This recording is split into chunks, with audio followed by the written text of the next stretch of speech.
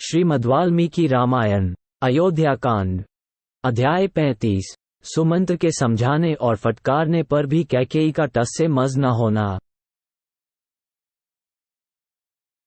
तदनंतर होश में आने पर सारथी सुमंत्र सहसा उठकर खड़े हो गए।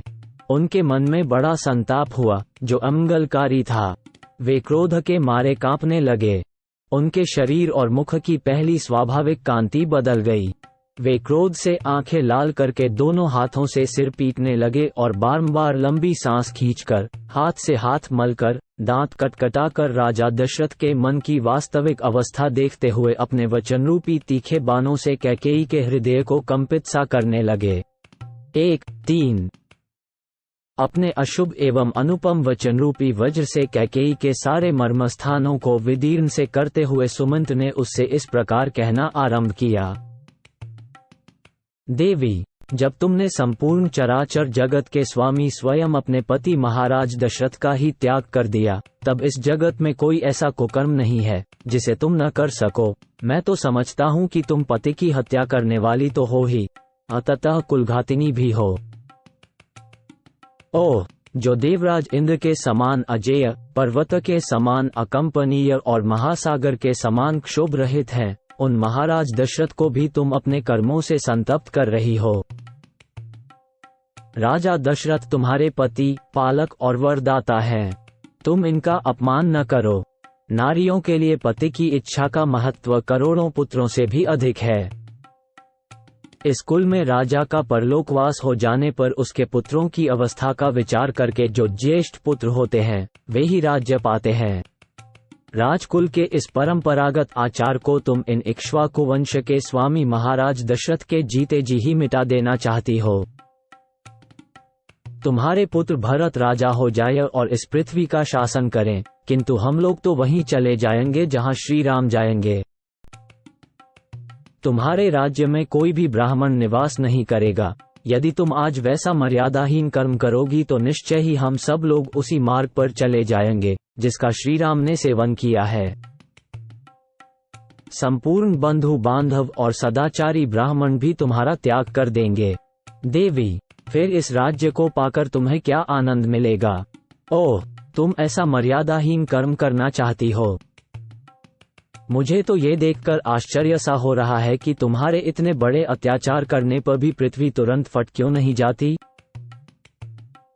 अथवा बड़े बड़े ब्रह्मर्षियों के धिक्कारपूर्ण वाग्दंड, शाप, जो देखने में भयंकर और जलाकर भस्म कर देने वाले होते हैं, श्री राम को घर से निकालने के लिए तैयार खड़ी हुई तुम जैसी पाषाण हृदया का सर्वनाश क्यों नहीं कर डालते हैं? भला आम को कुल्हाड़ी से काटकर उसकी जगह नीम का सेवन कौन करेगा? जो आम की जगह नीम को ही दूध से सींचता है, उसके लिए भी यह नीम मीठा फल देने वाला नहीं हो सकता। अतः वरदान के बहाने श्री राम को वनवास देकर कैकेयी के चित्त को संतुष्ट करना राजा के लिए कभी सुखद परिणाम का जनक नहीं हो सकता। कैकेयी, मैं समझता हूँ कि तुम्हारी माता का अपने कुल के अनुरूप जैसा स्वभाव था वैसा ही तुम्हारा भी है। लोक में कही जाने वाली यह कहावत सत्य ही है कि नीम से मधु नहीं टपकता। तुम्हारी माता के दुराग्रह की बात भी हम जानते हैं। इसके विषय में पहले जैसा सुना गया है वह बताया जाता है। एक समय किसी वर देने वाले साधु ने तुम्हारे पिता को अत्यंत उत्तम वर दिया था। उस वर के प्रभाव से कैकेयी नरेश समस्त प्राणियों की बोली समझने लगे।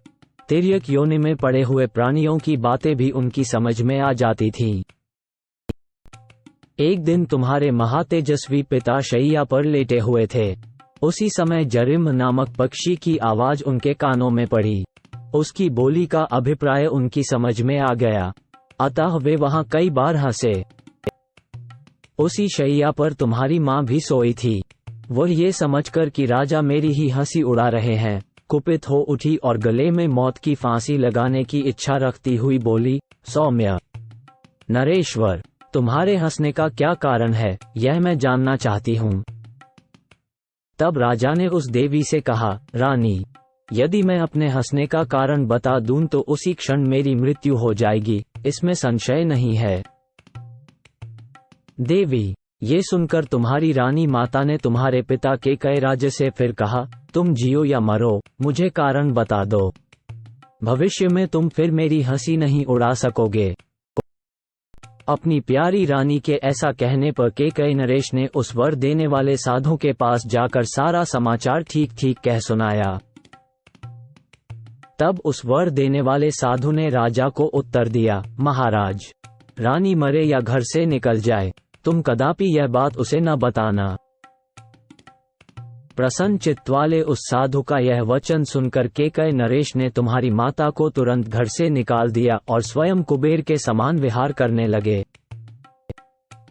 तुम भी इसी प्रकार दुर्जनों के मार्ग पर स्थित हो पाप पर ही दृष्टि रखकर मोहवश राजा से यह अनुचित आग्रह कर रही हो।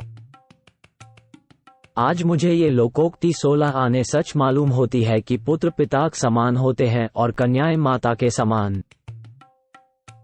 तुम ऐसी न बनो, इस लोकोक्ति को अपने जीवन में चरितार्थ न करो।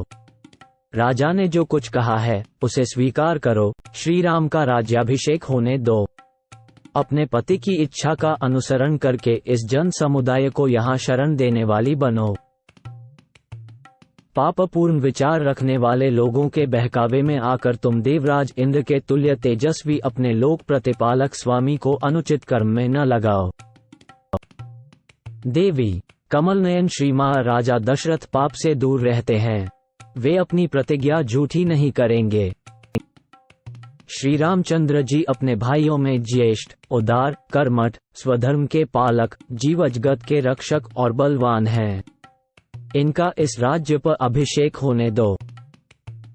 देवी, यदि श्रीराम अपने पिता राजा दशरथ को छोड़कर वन को चले जाएंगे तो संसार में तुम्हारी बड़ी निंदा होगी। अतः श्री रामचंद्र जी ही अपने राज्य का पालन करें और तुम निश्चिंत होकर बैठो।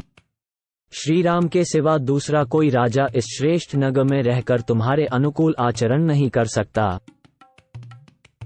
श्री राम के युवराज पद पर प्रतिष्ठित हो जाने के बाद महाधनुर्धर राजा दशरथ पूर्वजों के वृत्तांत का स्मरण करके स्वयं वन में प्रवेश करेंगे।